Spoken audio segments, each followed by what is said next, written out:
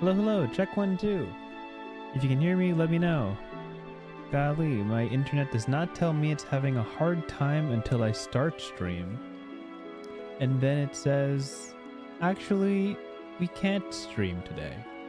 So hopefully this is all making the cut. I don't know what you guys are seeing now because YouTube is telling me I'm not sending enough frames, but we're holding on. Because until this very moment, my internet did not tell me we were having problems. For people watching this in post, feel free to skip ahead. Hopefully all the tech problems will be solved and this stream will happen normally. In case it doesn't, I'm recording the VOD. And hopefully that'll just keep everything in case I gotta rebroadcast this and this doesn't go live. But for now, we're doing it live. Come on, internet, hang in there. I'm sure everything's fine.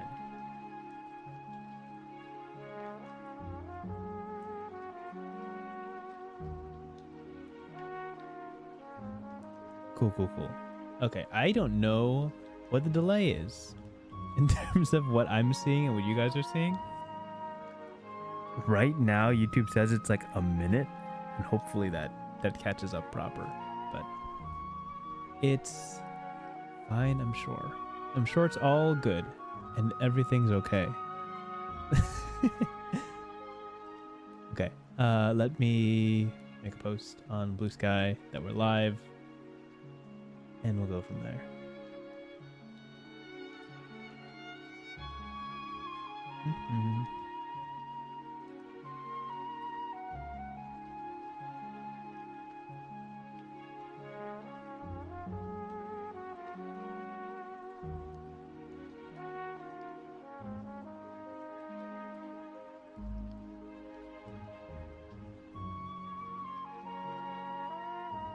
Okay, cool. I'm glad you guys can see it. I still have like red warning bars on my end, so if it holds up, we're so good. If it doesn't, we will simply go from there. Thumper and Judd, welcome back. Nice to see you guys once again. We're on the home stretch. A bunch of you guys have been around since I want to say the very beginning, like the first couple streams of this back in the 20s and 30s. I know Thumper's been here for a good while for sure. So has Mango Cheesecake. Because I've seen your name submitting things to like Your Rivers Are Wrong episodes. So you've been around for a good minute and I appreciate that.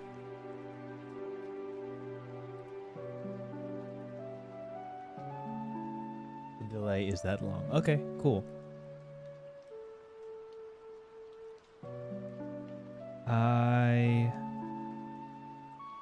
Usually when the internet's this bad, I just hope the VOD saves properly. Because if the VOD saves properly, then I can salvage the replay and we can just rebroadcast this on a better internet day. And we save the VOD for, you know, just upload, which is fine and good. It does kind of ruin the live experience because what you guys are responding to is so far behind what I'm actually talking about. But you know, that's fine and cool, and we'll manage. We've certainly had worse streams. I remember when we did Rom-Com Drama Bomb, where I got to talk to the wonderful author, Elliot Davis. We had a blackout in the neighborhood. And instead of canceling, I ran over to the nearest senior center that I was allowed to go into, hook up my laptop with zero prep and layout and OBS HUD. It was the jankiest thing I've ever done, and just so that I would not miss out on the interview. And it was a stream for sure. My nerves of interviewing somebody did not situation, but anyway, we're going. We're gonna do some stuff. If you guys flip and just keep me updated on if the stream improves or if it gets worse. I'm recording this on the back end, so no matter what happens, I should have a usable copy that we can maybe just stream later. So let's get into it.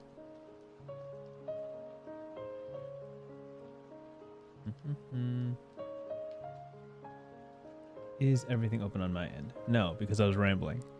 Let me actually open the PDF and then we'll be so ready. Stellar. I think we're good. We're good? We're doing it? We're doing the thing? Stellar. Okay. Hello! Welcome to everybody's favorite polyhedral host. Am I? Are there other polyhedral hosts? Is there a talking D4 out there? There probably is, right? I know there's definitely a talking D20 somewhere, but I might be your favorite icy D10.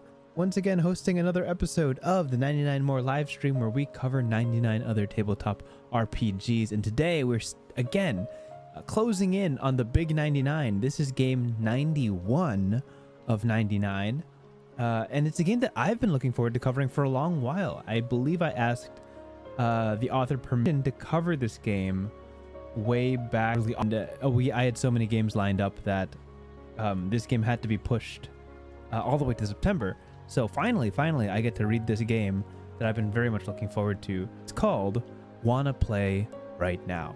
And Wanna Play Right Now is based on, as I understand it from the premise on the itch page, based on a video of game master and actress Deborah Ann Woll talking to her co-host, her guest on her podcast, John Bernthal, who, aka the Punisher, in the Punisher series. The Punisher has his own show, right? About how she introduces Dungeons and Dragons to other players. How does she even introduce the concept of role-playing, and on top of that, tabletop role-playing? Now, Deborah Ann Woll only plays Dungeons and Dragons, so her tutorial is in the context of how you would teach that game.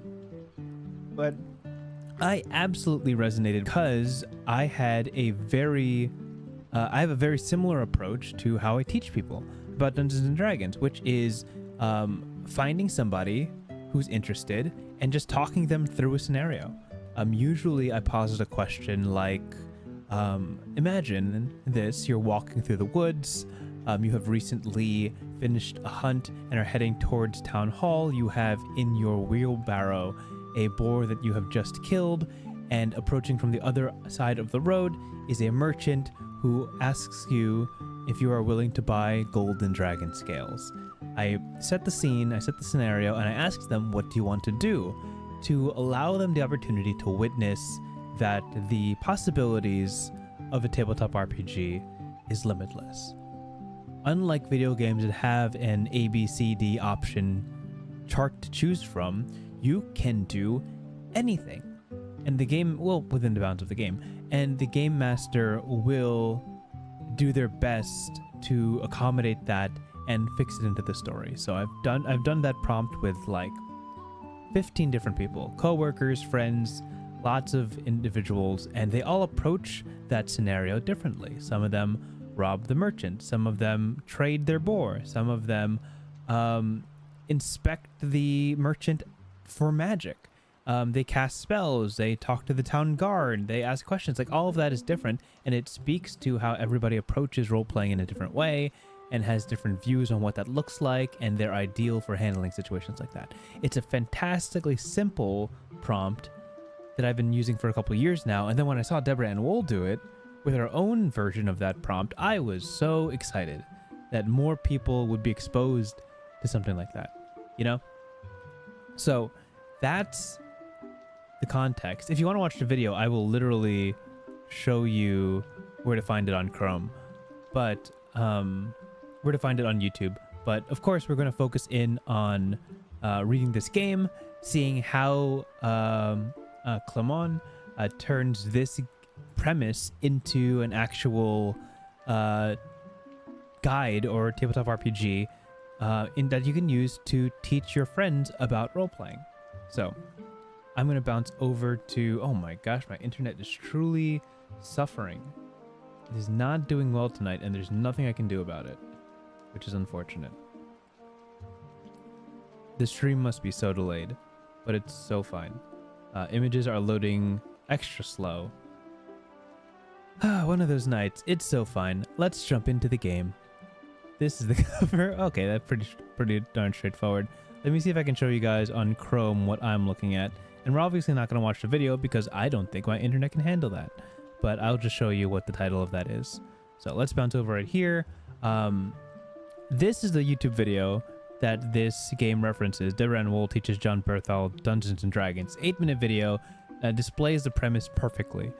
And this game builds upon that concept. Now, this game is entirely free, which is awesome.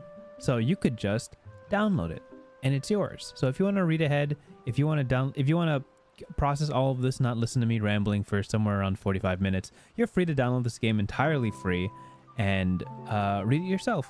And go ahead and do that. You can find it at I don't want to try to pronounce his name. It's French.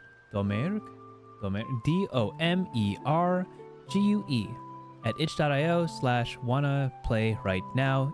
The link to this game is in the description below of this YouTube video, and you can grab it yourself. It comes in a really handy dandy brochure/pamphlet PDF version if you want to print it, which you can see right here. With that said, let's jump into the actual reading and go from there.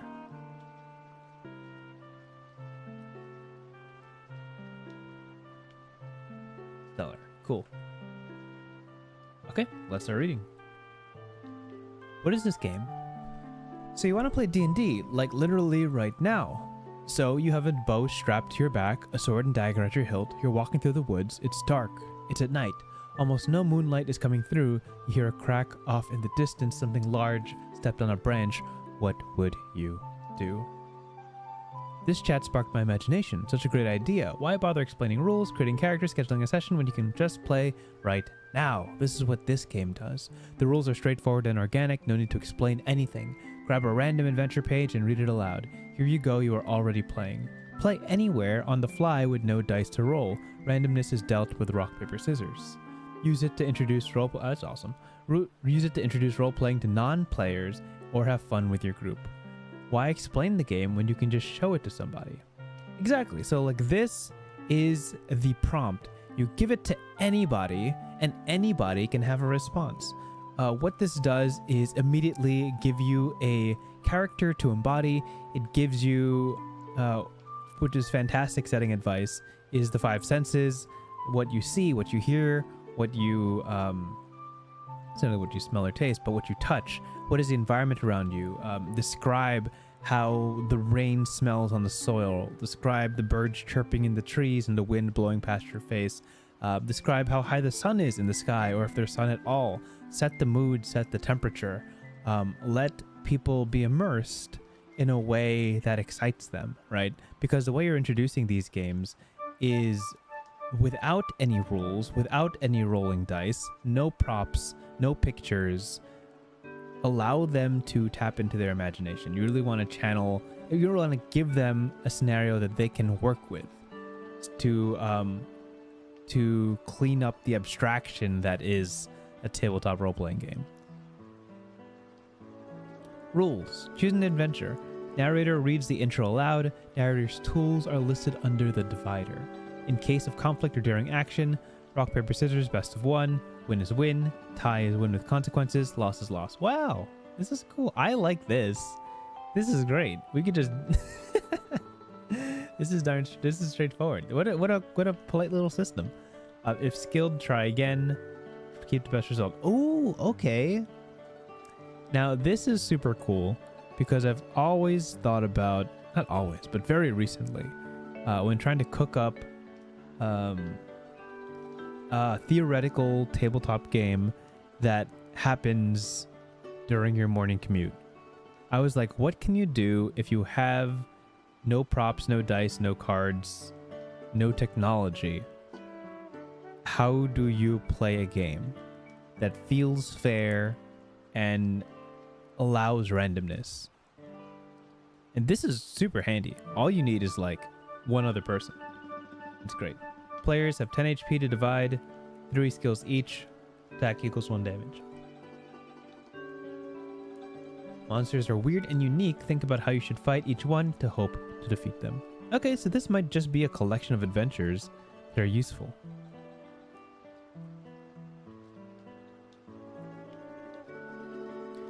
Skills. When facing an uncertain outcome, play rock, paper, scissors, best of 1. If skilled at their current action, the player gets a second try. Ties are always successful in the favor of the players, but those successes come with negative consequences. If something seems impossible, it is. If it seems easy, it is. You only rock paper if it could go either way.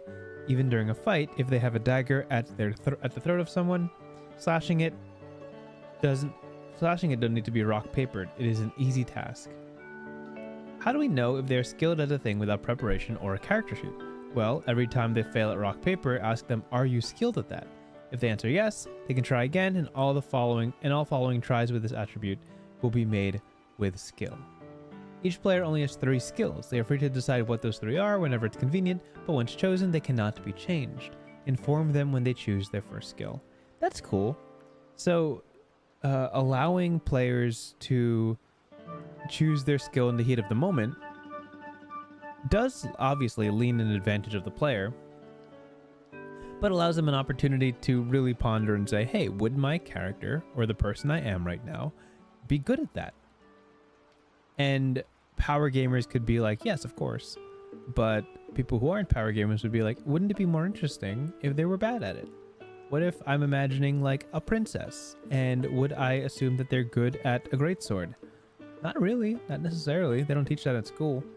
So, I can speak the truth here. I've experienced things like this. I set up my wild boar merchant prompt to one of my coworkers, and I was like, okay, you run everything the same way and expect it to work. What if they have a shell or are made of glue? Nice. Using Mindstorm's nested monster hit dice system. Interesting. Players must understand what kind of challenge they are facing and deal with it in a way that makes sense. Players can try to hit any part of their enemy, however some parts are protected by others, which must first be torn down before getting access to the rest. Sure. Certain parts of the enemy are in plain sight, detailed to the players, others are hidden and must be asked about before being answered. A few are secrets, found by figuring them out or rock papering the answer.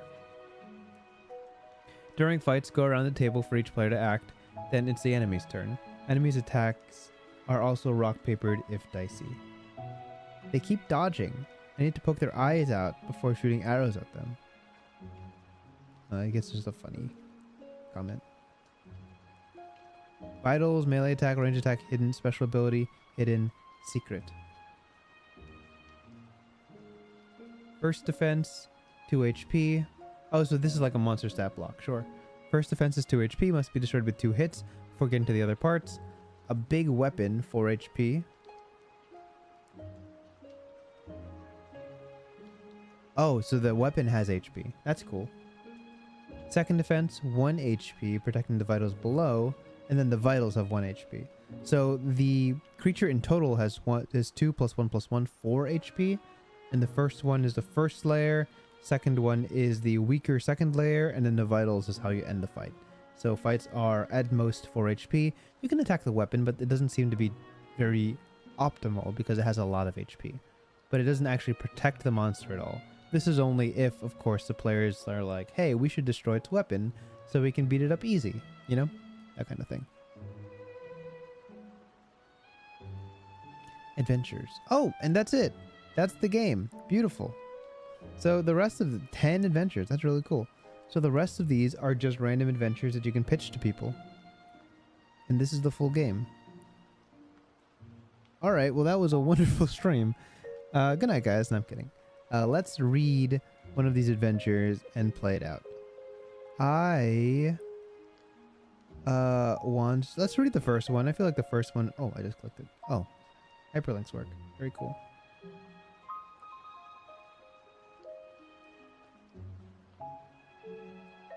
Okay, so Moonless Woods is based on the prompt that Deborah Ann Woll gave to John Bernthal. So we could go from there. I'm gonna check up on my stream and see if I'm still streaming. Give me a second. Is this still running? Oh no, it's excellent connection, but it's not loading. Hello?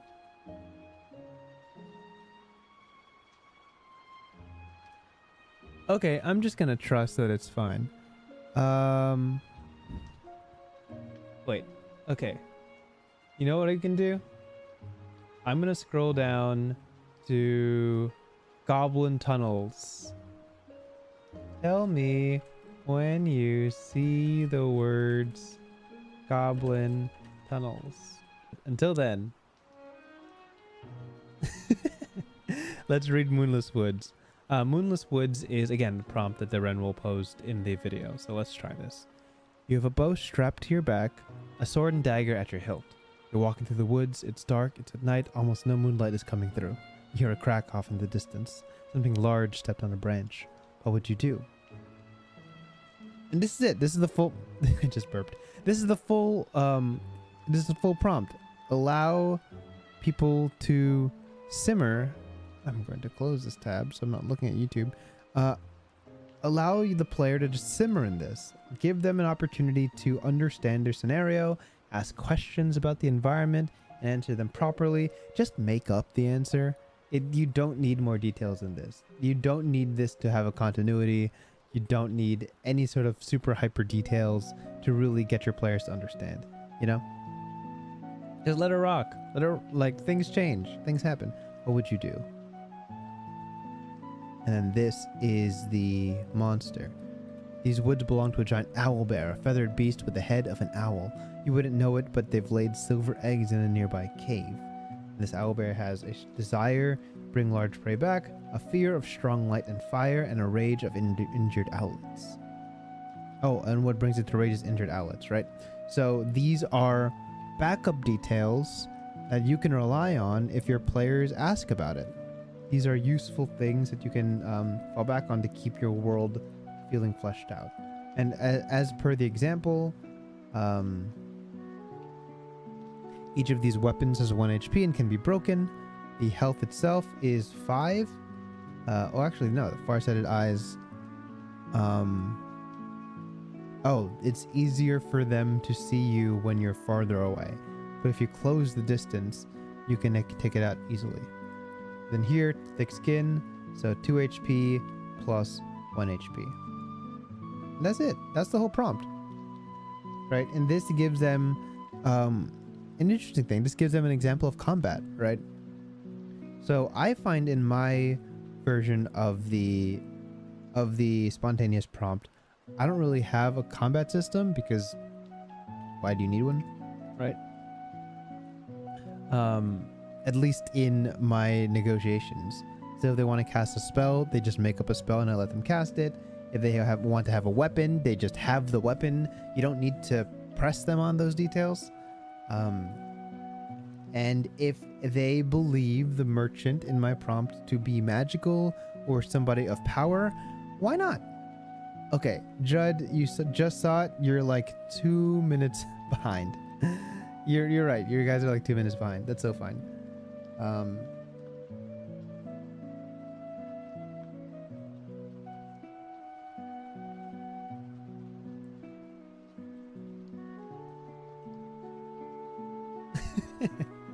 Okay. This is a fun way to. It's like I'm talking back in time. Like you guys are 2 minutes in the past and I'm sending you messages from the future. Is what's happening.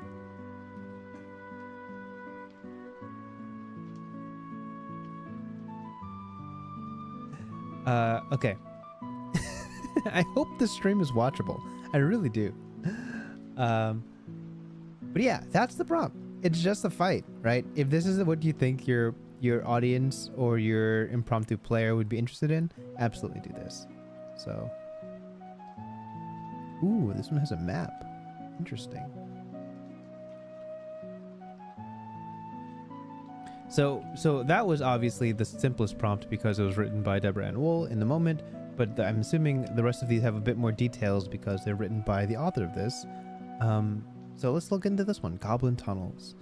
2 young siblings have vanished from the village.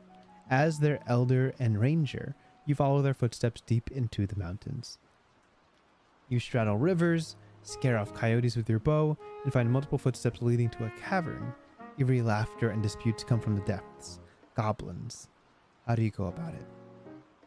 Okay.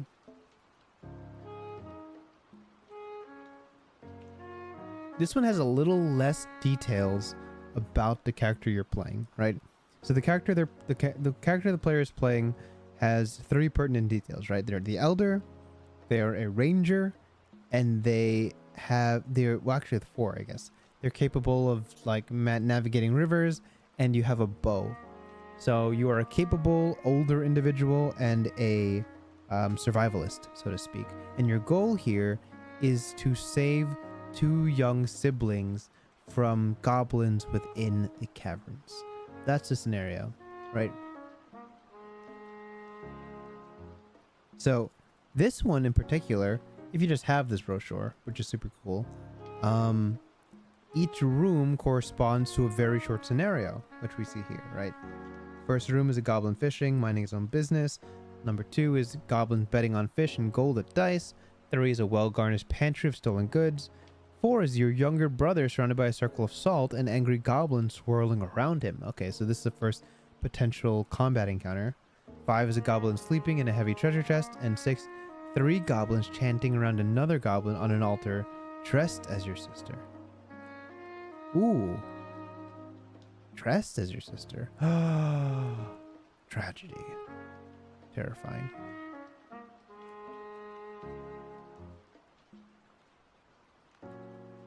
Yeah, there's a little bit, there's an in story here that isn't really talked about, I'm assuming. Yeah. Oh, it says right here. Desire. Eating fish and turning kids into goblins. So, the story's implication is that I don't know how to spell it out, but I will because why not? That the goblins can turn children into goblins. Are they all children? Are all the goblins children? Ooh, spooky. I like this. This is really quick. This is a really engaging prompt that might give people a little bit of a shiver once they realize that all these goblins could have been children. A little spooky. Hive mind. As long as there are at least 2 of them in the room, they move weirdly, roving as one, stronger together. No hive mind when alone. But all of them are very, very weak. Spooky story. I think this is a good story for like people who like a little bit of a darker tale, right? Because obviously, you know, people have opinions on killing children. It might not be it might not be the best prompt to if you know someone's more of a cottagecore type person. Okay, let's read Hell of a Party. You're a wizard, not a great one, just a young apprentice working late to learn an invocation and failing. Disappointed you pack your books and get on with it. There's a party tonight in the university dormitory, but what you don't see is that a demon was actually summoned and is now silently stalking you. What do you bring to the party? Hellhounds are born of shadows. They cannot survive in total darkness, only in the stretched dark shadows of fire and light. Their job is to drag people to the gate of hell and throw them inside. While I'm reading this, because I might finish reading this by the time people respond,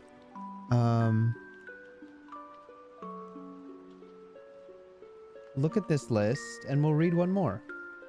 So if you guys have one that you prefer from this list, feel free to post it and that'll be the last one I read for the stream because I've read all of it.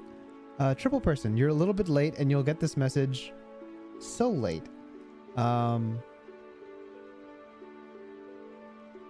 You can play anywhere. Introduce TTRPGs. Okay, so let's read Hello Party or finish that up and then you tell me which of these you want me to read last. Because I won't read all of them, obviously. Again, this game is so free. It's free 99. You can pick this up and get all of these prompts right away.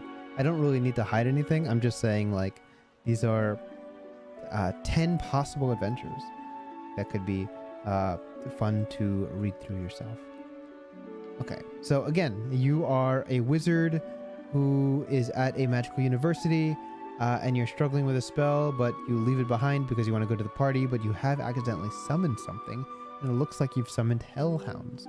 Obviously, if your friends the friends playing this game have a more interesting idea for what you bring to the party, then you don't have to leave it as hellhounds. Just, change the name. Their desire, bring people to hell. Fear, pure darkness. Pure darkness. Interesting. Rage. What brings them to rage? Selflessness. Okay. Hellgate Circle. 2 damage per turn spent hanging above the fiery pit. Send another hellhound. Shadowy body, immune to physical and light damage. Cannot exist in darkness or far from hell. Shadow walk. Fall out of it inside a shadow and come out of another. Fire size, the closer to light, the bigger the hound. Ensnare. Trap a prey in its jaws. Mauling 1 damage to if big. Okay. I like this one because it's a little more complex. It allows you to really play with what could be a complicated scenario. So this specific adventure allows new players to experience hazardous environments, right? There is a Hellgate Circle that almost certainly has to be dealt with, that is summoning all these hellhounds. And it allows the players to be like, how do we solve this, right? It's not just kill the creature, win the game. It's how do we stop this from continuing? So, which is great. I feel like this would go really well in sort of a group setting where there's like 2 or 3 players. And they can all be like college magic students and participate in this strange combat scenario, which is super cool.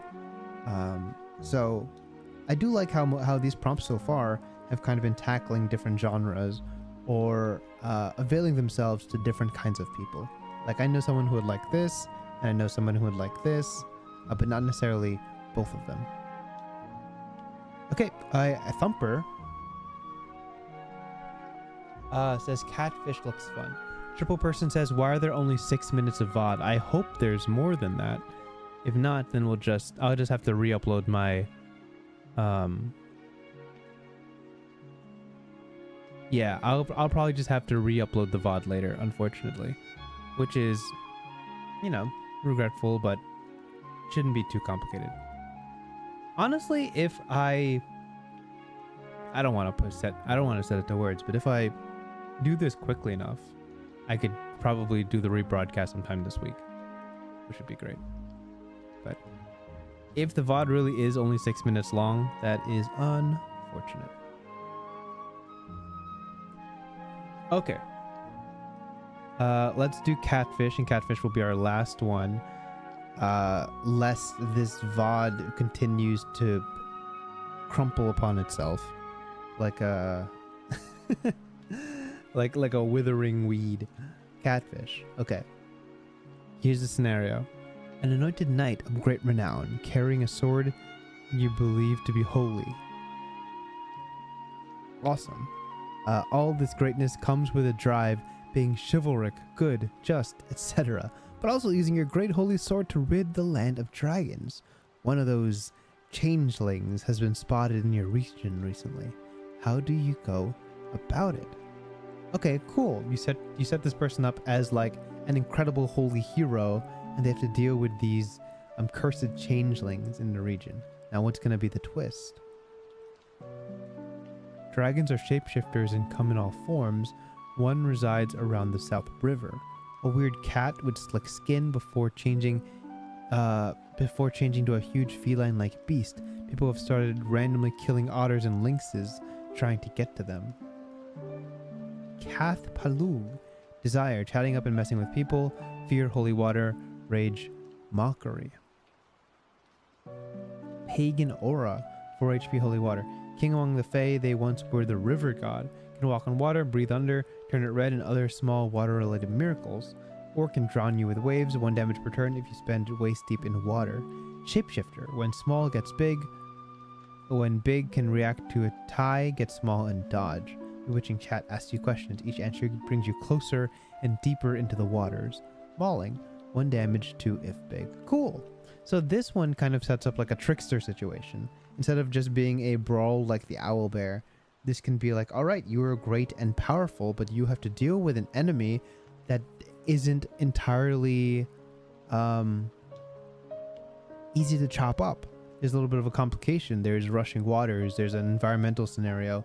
You are not perfectly equipped to deal with this creature, but you must no matter what, which is really cool. I think the shapeshifter thing can be absolutely be played with, and it's a nice little kind of like talking to the Cheshire Cat type of energy.